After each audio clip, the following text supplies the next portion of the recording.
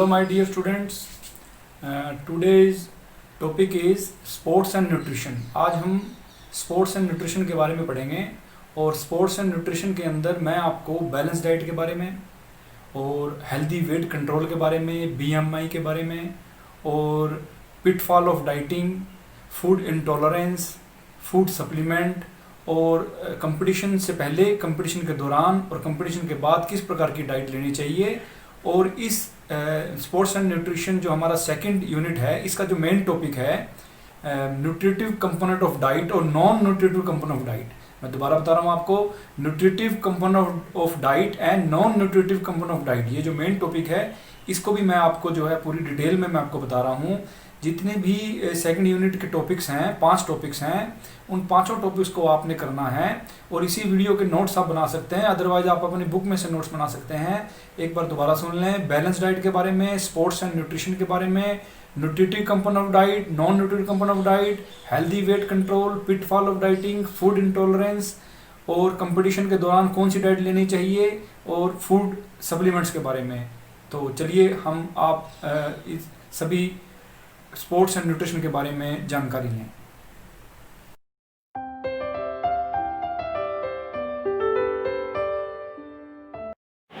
A balanced diet refers to the intake of edible which can provide all the essential food constituents necessary for growth and maintenance of the body।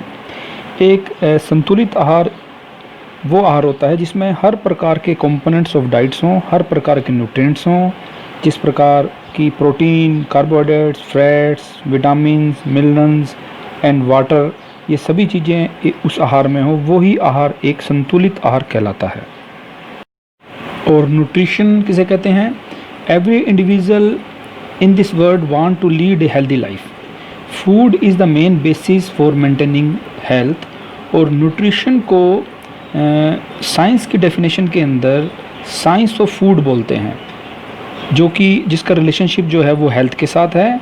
और दूसरे शब्दों में हम कह सकते हैं कि nutrition is the science of food, जो कि डायनामिक प्रोसेस के साथ फूड को यानी कि भोजन को डाइजेस्ट करता है और न्यूट्रिएंट को टिश्यूज़ के अंदर डिस्ट्रीब्यूट करता है, या हम कह सकते हैं कि न्यूट्रिएंट्स को जो है वो टिश्यूज़ के अंदर डिस्ट्रीब्यूट करने के बाद वेस्ट को बॉडी के से बाहर निकालता है, जिससे कि हमारा शरीर जो है वो कार्यरत होता है या हमारा शरीर जो है वो जीवित रहता है। और इसे हम नोरिश भी बोलते हैं, नोरिश ऑफ फूड।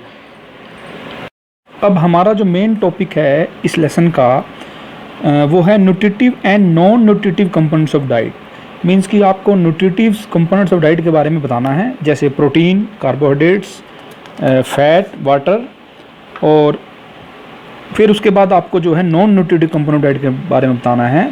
जैसे कि जो न्यूट्रिटिव कंपोनेंट्स ऑफ डाइट्स होते हैं उसमें खनिज तत्व होते हैं जो हमारी बॉडी को नॉरिश करते हैं, और नॉन न्यूट्रिटिव कंपोनेंट डाइट के अंदर खनिज तत्वों की मात्रा ना के बराबर होती है, और लेकिन वो हमारी बॉडी को नॉरिश करने में यानी कि हमारी बॉडी को पोषित करने के अंदर हमारी हेल्प करते हैं।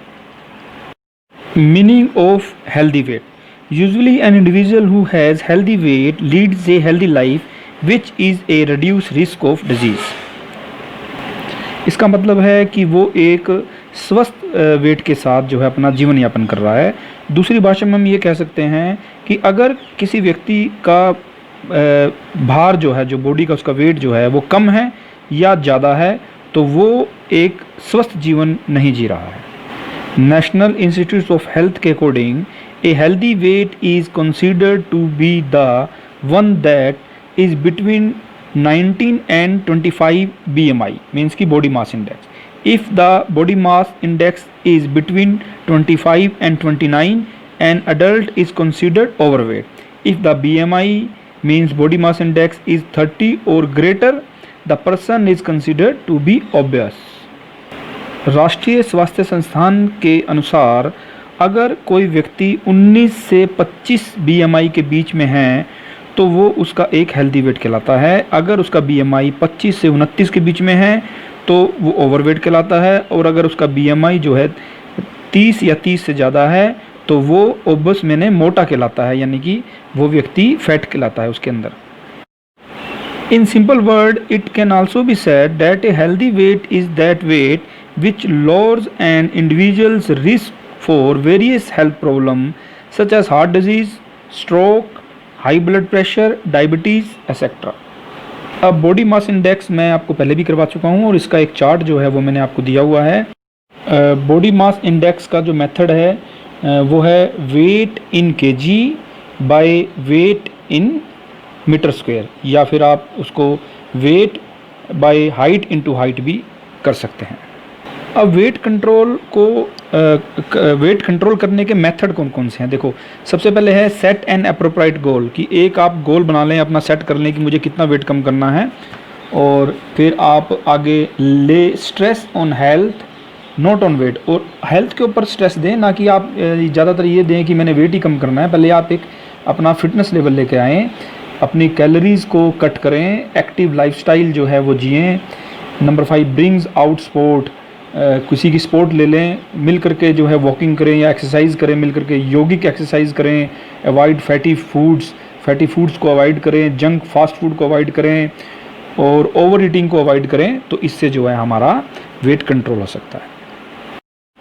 तो आहार के पोषक तत्व means nutritive component of diet, जिसमें प्रोटीन है। प्रोटीन एक ग्रीक भाषा का शब्द है और इसका अर्थ होता है खाद्य पदार्थों में से सबसे बढ़िया पदार्थ ये माना जाता है। प्रोटीन जो है वो दो प्रकार का होता है, एक होता है एनिमल प्रोटीन और दूसरा होता है वेजिटेबल प्रोटीन। तो एनिमल प्रोटीन के अंदर मिल्क है, मीट है, एग है, और वेजिटेबल प्रोटीन के अंदर दालें हैं, सोयाबीन है, तिल है, सरसों है, मूंगफली है और सूखे मेवे मीन्स की काजू बादाम वगैरह जो है, इसमें जो है वो वेजिटेबल प्रोटीन पाया जाता है। Carbohydrate is also an essential nutrient component of food. ये कार्बोहाइड्रेट्स भी जो है वो भी हमारे लिए बहुत आवश्यक फूड के अंदर माना जाता है। दो प्रकार के कार्बोहाइड्रेट्स होते हैं, एक होता है सिंपल कार्बोहाइड्रेट्स और एक होता है कॉम्प्लेक्स कार्बोहाइड्रेट्स। और कार्बोहाइड्रेट्स के जो सोर्सेज होते हैं वो हैं pulses, rice, gram, dry pea, dates and grapes, potato, banana, sugar, jowar, bajra, ये सभी जो हैं ये कार्बोहाइड्रेट्स के सोर्सेज हैं। Number 3, fat. Fat is an essential nutrient component of food. Fat is also a compound, it is made up of carbo, hydrogen and oxygen. Carbo, hydrogen और oxygen के मिश्रण से ही जो है फैट बनता है। और फैट के भी दो सोर्सेज हैं जो हमें मिलते हैं, एनिमल सोर्सेज है और वेजिटेबल सोर्सेज है। एनिमल सोर्सेज के अंदर जो है वो घी है, मक्खन है, पनीर है, दही है, फ़िश ऑयल है, मिल्क है, मीट है, एग है। और वेजिटेबल सोर्सेज के अंदर हमें मस्टर्ड ऑयल के अंदर, कॉटन सीड्स के अंदर, फ्रूट्स में ड्राई फ्रूट्स, और कॉर्न में, कोकोनट में, सोयाबीन के अंदर जो है वो वेजिटेबल सोर्सेज से हमें फैट मिलता है। नंबर 4 है विटामिन। विटामिन भी बहुत important nutrient component of food है। जैसे कि प्रोटीन, कार्बोहाइड्रेट्स और फैट है, इस प्रकार विटामिन भी जो है वो हमारे लिए बहुत इंपॉर्टेंट है। Vitamins are vital for healthy life. और विटामिन को दो कैटेगरी के अंदर हम बांट सकते हैं। नंबर 1 फैट सोलुबल विटामिन और number 2 water soluble vitamin. Fat soluble vitamin के अंदर विटामिन ए, डी, ई, के है, और वाटर सोलुबल विटामिन के अंदर विटामिन बी कॉम्प्लेक्स और विटामिन सी है। अब non nutritive component of diet, जैसे कि मैंने आपको पहले बताया कि जो न्यूट्रिटिव कंपोनेंट ऑफ डाइट है उनमें प्रोटीन, कार्बोहाइड्रेट, फैट्स, वाटर और विटामिन्स जो है वो आते हैं। और non nutritive component of diet मैंने मीन्स की गैर खनिज पोषक तत्व जो आहार के होते हैं वो भी हमारे लिए बहुत इंपॉर्टेंट होते हैं। हालांकि उसके अंदर वो हमें एनर्जी प्रोवाइड या कैलोरी प्रोवाइड नहीं करवाते हैं, फिर भी वो हमारे लिए इम्पोर्टेंट हैं क्योंकि वो हमारे भोजन को डाइजेस्ट करने में हमारी सहायता करते हैं। जैसे कि fibre, water, colour, flavours, pesticide. Food myths means कि भोजन के प्रति अवधारणाएं जो हमारे समाज में फैली हुई हैं उसे बोलते हैं फूड मिथ्स। देखिए, जैसे कि हमारे समाज में कई प्रकार की अवधारणाएं फैली हुई हैं कि आपको आलू नहीं खाना है, पोटैटो नहीं खाना है, वो फैट बढ़ा सकता है, बट ऐसा नहीं है। पोटैटो के अंदर एक अच्छे प्रकार का, रिच प्रकार का कार्बोहाइड्रेट्स मिलता है, जो कि हमारे बढ़ते बच्चों के लिए बहुत ही आवश्यक होता है। और इसी प्रकार fat free product will help you in losing weight. ऐसी अवधारणा भी समाज के अंदर है कि जो फैट फ्री प्रोडक्ट्स हैं उसको खाने से जो है वो हम वेट को कम कर सकते हैं। तो ऐसा भी नहीं होता है कि आप सिर्फ फैट फ्री प्रोडक्ट्स ही खाएं तो आपका वेट कम हो जाएगा। जैसे कि मैंने आपको पहले भी बताया कि अगर आप पिटफॉल ऑफ डाइटिंग में मैंने आपको बताया कि अगर आप फैट फ्री प्रोडक्ट्स खाते हैं, लेबल्ड फूड खाते हैं, तो वो ज़्यादा खाने की वजह से आपका वेट बढ़ेगा। और सिर्फ फैट फ्री प्रोडक्ट्स खाने से ही आप वेट को लूज़ नहीं कर सकते हैं, आपको एक कंडीशनड वे अपनाना होगा। इसी प्रकार ये भी कहा जाता है कि एग इंक्रीज कोलेस्ट्रॉल लेवल, सो अवॉइड दैम, कि एग जो है वो कोलेस्ट्रॉल लेवल को बढ़ाता है, इसलिए उसको अवॉइड करना चाहिए। लेकिन एग के अंदर protein, vitamin A, B, D, zinc, iron, calcium, phosphorus ये सभी मिलता है। तो एग तो हमारे लिए जो है वो एक, जो एग खाते हैं, जो नॉन वेज हैं या जो एग का सेवन करते हैं, उनके लिए एग की खा सकते हैं, कोई बुराई नहीं है उसमें। तो जो इस प्रकार की अवधारणाएं समाज में फैली हुई हैं। इसी प्रकार drinking while eating makes you fat, ये एक बड़ी अवधारणा समाज में मिथ फैली हुई है फूड के प्रति, कि अगर आप भोजन करते हैं और भोजन के बाद पानी पीते हैं तो वो आपका बॉडी का फैट जो है वो बढ़ा सकता है। बट ऐसा भी नहीं है कि आपने बहुत ज़्यादा पानी पीना है। अगर आप थोड़ा बहुत पानी, 1-2 सिप पानी का भोजन के साथ लेते हैं तो वो आपका फैट नहीं बढ़ाता है, बल्कि जो पानी है वो हमारे एंजाइम्स को जो हमारे भोजन के अंदर डिल्यूट करते हैं। डाइजेशन जूस जो है वो उसको हमारे भोजन में डिल्यूट करके जो है हमारे डाइजेशन प्रोसेस को बढ़ाते हैं। तो पानी 1-2 सिप लेना एक सॉलिड भोजन के साथ एक सही कहलाता है। बल्कि अगर आप कोई लिक्विड फूड ले रहे हैं तो उसके साथ पानी लेने की आवश्यकता नहीं है, बिकॉज वो इटसेल्फ लिक्विड है। बट अगर आप सॉलिड फूड ले रहे हैं और उसके बाद अगर आप पानी पी रहे हैं तो वो खतरनाक नहीं है। In contrary there is a scientific fact that drinking water while eating improve digestion.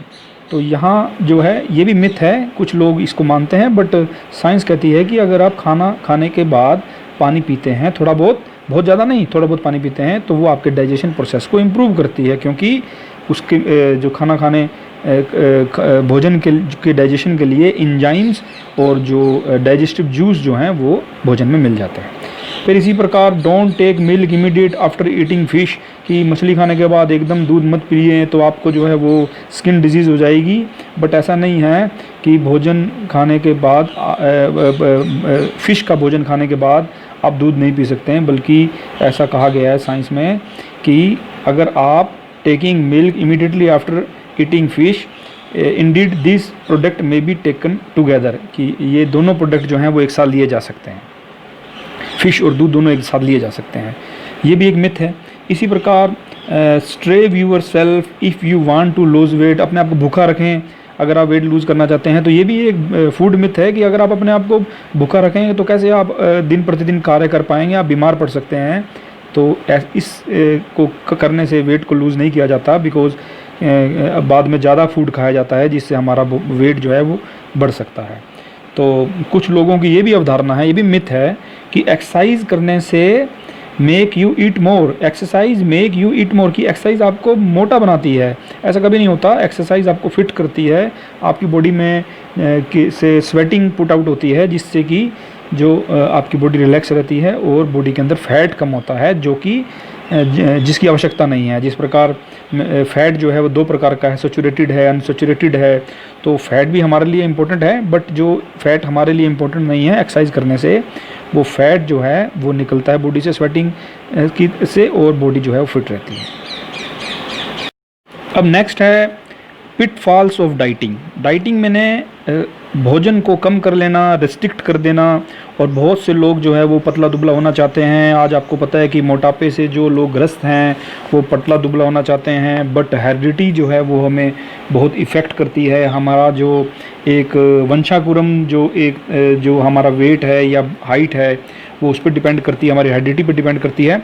और पिटफॉल का मतलब होता है कि खतरे, जो एक डाइटिंग करने के जो खतरे हैं वो क्या हैं। देखिए, जो व्यक्ति डाइटिंग करता है वो व्यक्ति अगर खाना छोड़ करके डाइटिंग करता है मीन्स कि बहुत ज़्यादा कैलोरी कम कर लेता है या अपना जो भोजन है वो बहुत ही कम कर लेता है, तो थोड़े दिनों बाद वो फिर अपने उसी वेट में जो है वो आ सकता है। तो जो अल्पाहार के पिटफॉल्स मैंने डाइटिंग मैंने अल्पाहार, जो डाइटिंग के जो पिटफॉल्स हैं, जो खतरे हैं वो क्या हैं? सबसे पहले हैं कि एक्सट्रीम रिड्यूस ऑफ कैलोरी।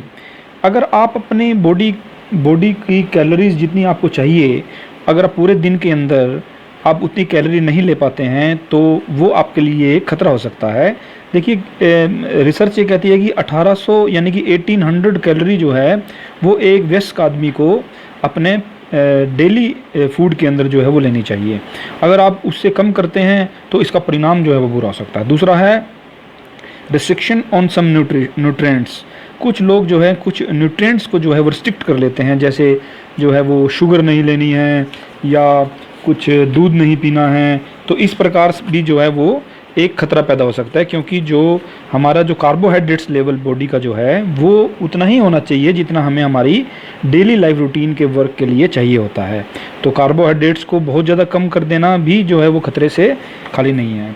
तीसरा है भोजन को छोड़ना, जैसे ज़्यादातर ब्रेकफास्ट को छोड़ देते हो तो वो भी एक खतरा है। बाद में फिर वो लंच ज़्यादा कर लेते हैं, अगर लंच छोड़ देते हैं तो डिनर ज़्यादा कर लेते हैं, तो ये भी खतरा है। भोजन को छोड़ना, स्किपिंग द मील भी जो है एक पिटफॉल्स ऑफ डाइटिंग है। और intake of calorie through drinking के द्वारा कैलोरी लेना, सॉलिड नहीं खाना, सिर्फ जो है वो जूस पीना, सोडा पीना या कुछ कॉफ़ी लेना, तो इस प्रकार की चीज़ों को करने से बल्कि वेट बढ़ता है। ये भी एक पिटफॉल ऑफ डाइटिंग है। और उसके बाद जो है इनटेक ऑफ लेबल्ड फूड की तरफ ज़्यादा जो है वो जो आकर्षित हो जाते हैं ऐसे लोग जो डाइटिंग करते हैं, मींस कि जो भोजन को बहुत ज़्यादा छोड़ देते हैं, जैसे कि जो बिस्कुट है, जो फैट लेस बिस्कुट होते हैं जिसमें जो फैट कम होती है, तो उन बिस्कुटों के अंदर कैलोरी ज़्यादा होती है, जिसकी वजह से जो है वो कैलोरी ज़्यादा ले लेते हैं और उनका जो है भार बढ़ जाता है। इसी प्रकार नॉट परफॉर्मिंग एक्सरसाइज ना करना, तो ये भी एक पिटफॉल ऑफ डाइटिंग है। तो पिटफॉल ऑफ डाइटिंग का मतलब है कि जो व्यक्ति अल्पाहार कर रहे हैं, मीन्स कि जो कम खाना खा रहे हैं और अपना वेट घटाना चाहते हैं, तो ऐसे व्यक्ति जो हैं वो बीमारी का शिकार हो सकते हैं। जैसे कि जो शुगर फ्री जो टैबलेट्स लेना, उसमें वो ज़्यादा टैबलेट्स ले लेते हैं तो उसमें कैलोरी ज़्यादा होती है, तो वो सोचते हैं कि हमारा वेट कम हो रहा है, बट कैलोरी उनमें जा रही है, तो इस प्रकार उनमें कुछ विशेष प्रकार के न्यूट्रिएंट्स की कमी हो सकती है। तो ये सभी जो है पिटफॉल ऑफ डाइटिंग है। फूड इंटॉलरेंस मैंने भोजन की असहनशीलता। देखिए कुछ व्यक्ति जो हैं वो कुछ प्रकार का भोजन जो है, किसी विशेष प्रकार का भोजन को एब्जॉर्व करने में यानी कि पचा पाने में असमर्थ होते हैं। जैसे कि कुछ सीमित मात्रा में भोजन करने वाले व्यक्ति अगर कभी कुछ ज़्यादा भोजन खा लें पार्टी वगैरह में, तो वो लोग जो है वो फूड इंटॉलरेंस के शिकार हो जाते हैं। या किसी एक विशेष प्रकार के भोजन को खाने से जो एलर्जी जो हमारी बॉडी के अंदर हो रही है, उसे भी हम फूड इंटॉलरेंस का नाम दे सकते हैं। बट एलर्जी जो है वो एक अलग शब्द है फूड की भाषा में, फूड एलर्जी। उसमें विशेष प्रकार के भोजन से एलर्जी होती है, जिसके बाद फूड इंटॉलरेंस होती है। और फूड इंटॉलरेंस जो है वो कोई जानलेवा नहीं है। फूड इंटॉलरेंस जो है वो एकदम नहीं होती है, वो जो है वो धीरे धीरे जो है फूड इंटॉलरेंस जो है वो बढ़ती है, और it is not a life threatening. तो फूड इंटॉलरेंस जो है वो एक ऐसा हमारा असहनशीलता का एक प्रकार है जिसमें हम भोजन ज़्यादा खाने की वजह से या किसी विशेष हमारी बॉडी के अंदर कुछ विशेष एंजाइम की कमी से जो है फूड इंटॉलरेंस हो सकती है। फूड इंटॉलरेंस के सिम्टम्स क्या होते हैं? जैसे कि स्टोमक पेन, डायरिया, वॉमिटिंग, ठीक है, ये सभी जो है क्रैम्प्स पड़ना, गैस क्रैम्प्स पड़ना, हार्ट बर्न करना, तो ये सभी जो है वो फूड इंटॉलरेंस के सिम्टम्स हैं, लक्षण हैं।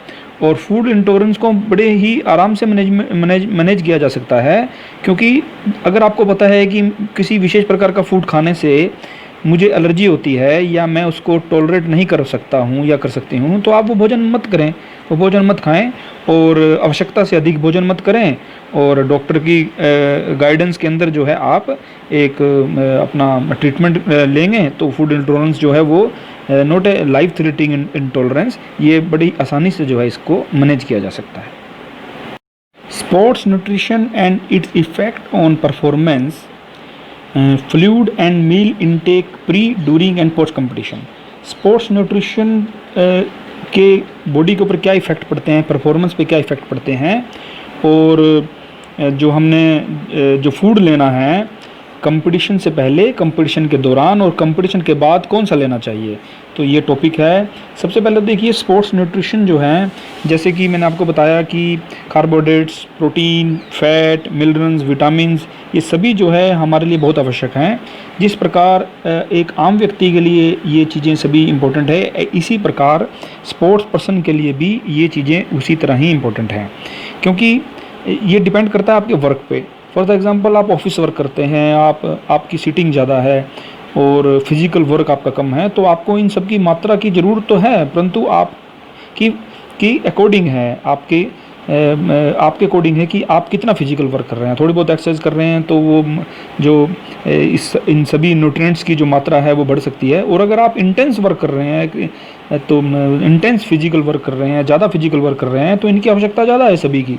लेकिन एक आम आदमी को जो ऑफिस वर्क करता है या कोई इंटेंस वर्क करता है, लेबर करता है, या हम स्पोर्ट्स पर्सन की बात कर रहे हैं, खिलाड़ियों की बात कर रहे हैं, इन सभी को जो है हर प्रकार की खनिज तत्वों को एक बैलेंस डाइट के रूप में आवश्यकता होती है। तो ऐसा नहीं है कि ये सभी चीज़ें जो हैं किसी एक वर्ग के लिए ज़रूरी हैं या दूसरे वर्ग के लिए ज़रूरी नहीं है। सभी के लिए एक बैलेंस डाइट की आवश्यकता है, जिसमें कि carbohydrates, protein, fat, minerals, vitamin बराबर मात्रा में, जितनी उसके according to their work load के अकॉर्डिंग उनको जो है वो डाइट जो है वो लेनी चाहिए।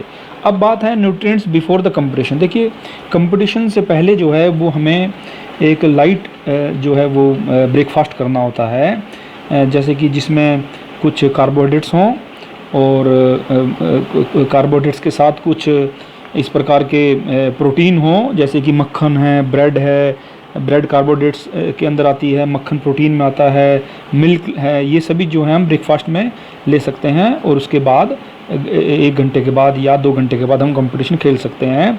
और कंपटीशन के दौरान हमें कार्बोहाइड्रेट्स लेना होता है, क्योंकि हमारा जो ग्लाइकोजिन जो स्टोरेज की हमें बहुत आवश्यकता होती है, तो हमें जो है उसको एनहेंस करने के लिए ड्यूरिंग द कंपटीशन जो है वो कार्बोहाइड्रेट्स जो लेना चाहिए, जो कि ड्रिंक के रूप में हम लेते हैं, जैसे जूस लेते हैं या एनर्जी ड्रिंक लेते हैं, तो इनमें कार्बोहाइड्रेट्स होता है। और ये हमें एंशिएंट एनर्जी जो है वो देते हैं, एकदम एनर्जी हमारे अंदर जो है ये आती है, ग्लूकोज की मात्रा हमारी बढ़ती है और हम अच्छे प्रकार से कंपटीशन खेल सकते हैं। अब कंपटीशन के बाद जब हम कोई भी कंपटीशन हो, किसी प्रकार का भी स्पोर्ट्स हो, उसके बाद जब हम थक जाते हैं या ट्रेनिंग करने के बाद जब हम थक जाते हैं, तो खिलाड़ियों को उसके बाद प्रोटीन लेना चाहिए, क्योंकि उनके जो टिश्यू हैं वो ब्रेक डाउन हुए हैं, उनकी रिपेयरिंग के लिए और हमारी थकान को दूर करने के लिए। कंपटीशन के इमीडिएट बाद आप एक कार्बोहाइड्रेट्स ड्रिंक ले सकते हैं, एनर्जी ड्रिंक ले सकते हैं या फ्रूट ले सकते हैं, बट हमें कंपटीशन के आधे घंटे बाद हमें प्रोटीन या इस प्रकार के प्रोडक्ट्स लेने चाहिए, ताकि हमारी जितनी भी टूट फूट हुई है उसको हम जो है जल्दी से जल्दी पूरा कर सकें। Food supplement for children. Nowadays, most of the parents remain under stress and tension thinking about their children's unhealthy lifestyle. We are well aware of the fact that fast food have become the favorite food of majority of the children. On the other hand, highly nutritious foods rarely find place in the list of favorite foods of children. This trend may lead to the growth and development problems. The main reason being lack of proper nutrition. Parents have found a solution to this problem in the form of supplement, so it is essential for all of us to know about the food supplement. देखिए आज parents के पास कोई चारा नहीं रह गया है, उन्होंने एक तरीका अपना लिया है कि हम बच्चों को फूड सप्लीमेंट दे करके उनके न्यूट्रिएंट्स लेवल को जो है वो बैलेंस कर सके, क्योंकि बच्चे जो हैं वो फास्ट फूड की तरफ, जंक फूड की तरफ बहुत अट्रैक्ट हैं, तो वो प्रॉपर डाइट नहीं ले पा रहे हैं। तो ज़्यादातर पेरेंट्स क्या करते हैं, उन्होंने ये इस प्रॉब्लम का ये सोल्यूशन निकाला है कि फूड सप्लीमेंट जो है उन बच्चों को दिए जाएं और उनका जो है एक बैलेंस वे में उनको डाइट जो है वो दिया जाए। देखिए फूड सप्लीमेंट का मतलब क्या है। Food supplement means a nutrient that is added to your diet to nourish your body as you are not taking this nutrient in adequate amount in your regular diet. Food supplement का मतलब कि आपको आपकी body को nourish करने के लिए वो सभी न्यूट्रिएंट्स देना जो आप रेगुलर अपनी डाइट के अंदर नहीं ले पा रहे हैं। Food supplements generally include vitamin, minerals, fibre, fatty acids और amino acids among other supplements. Food supplement की बच्चों के लिए क्या आवश्यकता है? देखिए, there is no doubt about the fact that food supplement play a vital role in the proper growth and development of. देखिए, फूड सप्लीमेंट उन बच्चों के लिए आवश्यक है जो बच्चे प्रॉपर डाइट नहीं ले पा रहे हैं या जिनमें कोई डेफिशिएंसी है। मान लीजिए एक बच्चा हेल्दी है तो उसको फूड सप्लीमेंट का कोई भी बेनिफिट नहीं होगा। For the example, food supplement like omega 3 fatty acid has been shown to be of no benefit for healthy children. It means that if a child takes a balanced or nutrition diet regularly, there will be not be any extra benefit for him or her in taking a food supplement. बल्कि कुछ food supplement जो है वो research कहती है कि हमारे लिए हानिकारक है, बच्चों के लिए हानिकारक है। जैसे कि ज़्यादा मात्रा में विटामिन ई सप्लीमेंट जो है वो हायर रिस्क हो सकता है प्रोस्टेट कैंसर के लिए। इसी प्रकार similarly calcium supplement too has been found to put individual at a greater risk of heart attack. तो अगर हम इस सप्लीमेंट्स को ज़्यादा मात्रा में लेते हैं या अगर हमें इनकी आवश्यकता नहीं है, हम ले रहे हैं इसको, तो ये हमारे लिए घातक सिद्ध हो सकते हैं। अदरवाइज़ जिन बच्चों को इसकी आवश्यकता है, जो बैलेंस डाइट नहीं ले पा रहे हैं डेफिशिएंसी की वजह से या एक रेगुलर भोजन ना मिलने के कारण, तो उन बच्चों के लिए फूड सप्लीमेंट डॉक्टर की गाइडेंस के अंदर लेना गलत नहीं है। बट एक हेल्दी चिल्ड्रन जो रेगुलर डाइट ले रहा है और वो हेल्दी है तो उसको फूड सप्लीमेंट नहीं देना चाहिए बिल्कुल भी। माय डियर स्टूडेंट्स, आज हमने स्पोर्ट्स एंड न्यूट्रिशन के बारे में पढ़ा, जिसमें मैंने आपको जो इस यूनिट का जो मेन टॉपिक है न्यूट्रिटिव कंपोनेंट ऑफ डाइट और non nutritive component of diet, यानी कि आहार के पोषक तत्व और आहार के गैर पोषक तत्व के बारे में हमने पढ़ा, जिसमें कार्बोहाइड्रेट्स, प्रोटीन, मिनरल्स, विटामिन के बारे में हमने पढ़ा और खिलाड़ियों को किस प्रकार की डाइट लेनी चाहिए, वेट कंट्रोल कैसे करना है, फूड इंटॉलरेंस क्या होती है, पिट फॉल ऑफ डाइटिंग क्या होती है, ये सभी हमने पढ़ा है। और आपने इस वीडियो के नोट्स बना लेने हैं। अगर आपको कोई भी प्रॉब्लम है, कोई भी डाउट है, आप मुझे कॉल कर सकते हैं या मुझे व्हाट्सअप कर सकते हैं। Thank you.